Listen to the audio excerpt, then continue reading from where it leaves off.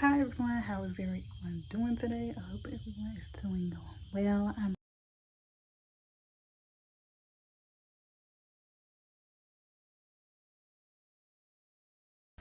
I also, you guys, went ahead and filled up my 5-gallon water bottle.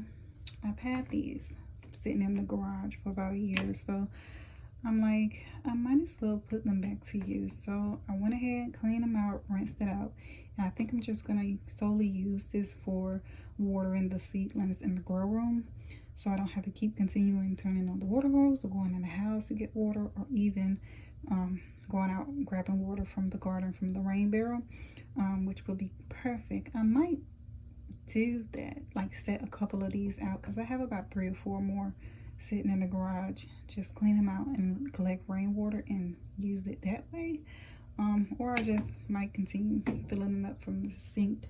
The sink has a water filter on it, so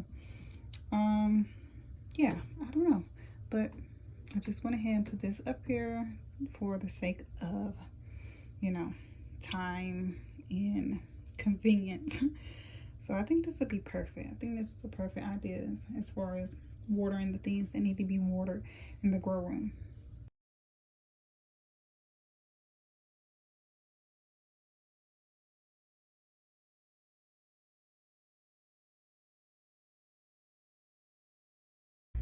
Look at how the seedlings are coming along, you guys. The sage is doing good.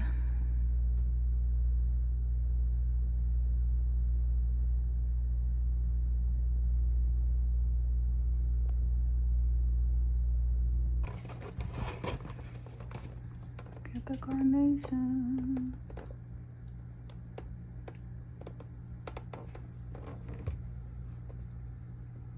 Okay, you guys. All right. Doing a great job. Keep it up. Let's go. All right, back to business. So we need to pour this water on this cocoa core and get to work. So we're gonna do cocoa core, perlite, vermiculite, worm casting. Mix it up, throw it in the seed trays, throw the seeds on top, pop them in the oven. Oven meaning the grow lights, okay? Grow lights. All right.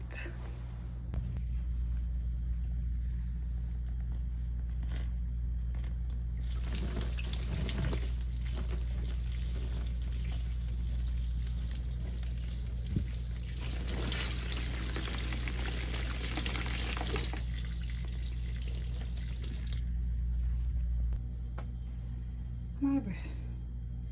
Mixing it up. It's still expanding. It's like literally almost to the top. It is still some at the bottom that's pretty wet. I'm just trying to flip it over so everything can immerse and soak through evenly and it can expand to its full capacity. I think this is a pretty good amount to be 2 cubic feet. So what I'm thinking is I don't have enough worm casting to have an even ratio to compared to this, so I might just add a little perlite in it and just separate what I need into a different container and just mix in a little worm casting from there versus just pouring a little bag that I do have. Yeah, that's the plan.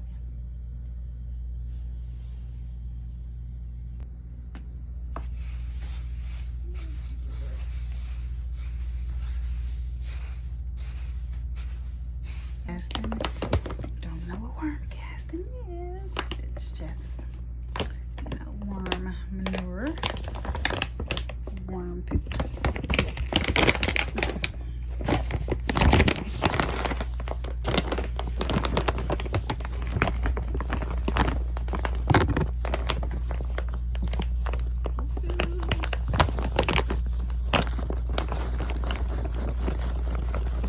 And then I think I'm just gonna go ahead and add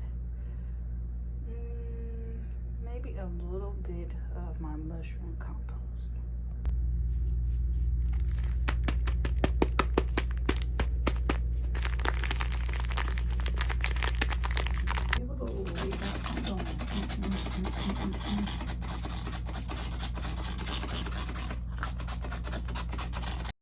So I'm gonna go ahead and sow these bok choys. Now these are said to be sown outdoor sown on the package from what I'm seeing. I'm gonna sow them in these transplant seed trays because I'm giving some away to my aunt. So I'm gonna go ahead and start these for her as well as for me as well, because these bok choys are really yummy. They're so tender, so light. I have a tiny bit of like sweetness to it, and they were so good. All they are is little mini cabbages, as you can see. They're so good. I made some with some ginger and soy sauce on top, and it was amazing. Here's the bok choy seeds. So we're gonna drop them on the seed trays, and they only need to be sown the depth of 1/4 of an inch, which is not much. So we're just gonna plant them in the soil and lightly dust the top of them with some soil. Was that dirt? I cannot. Okay, well, it's just gonna be two. Okay.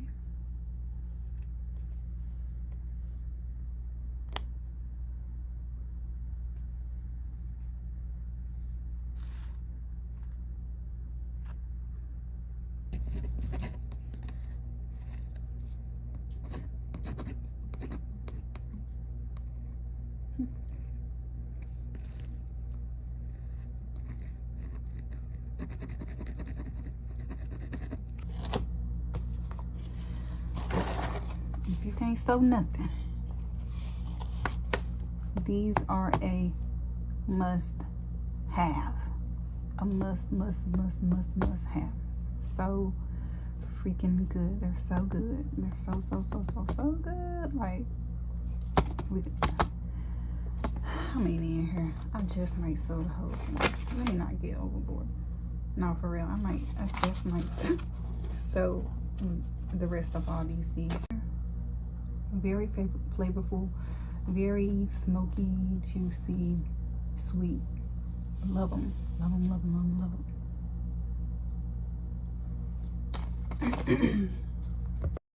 Just dump them all on top like that.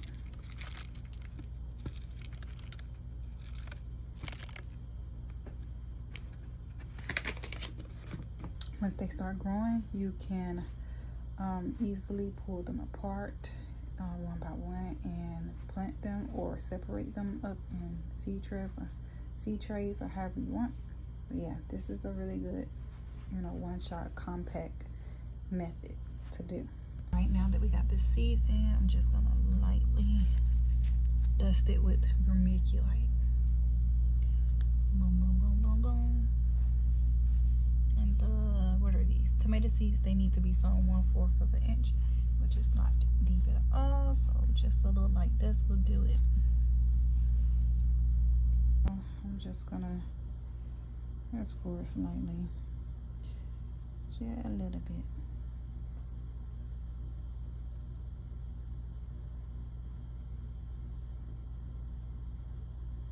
Just enough to wet the top soil. Then we're good. I'm just being extra. Okay. And that's all that's to it. And then we're going to put it in the oven. Like that. And the oven it goes. All right, you guys, before we wrap this video up, I wanted to show you guys next project that we are working on.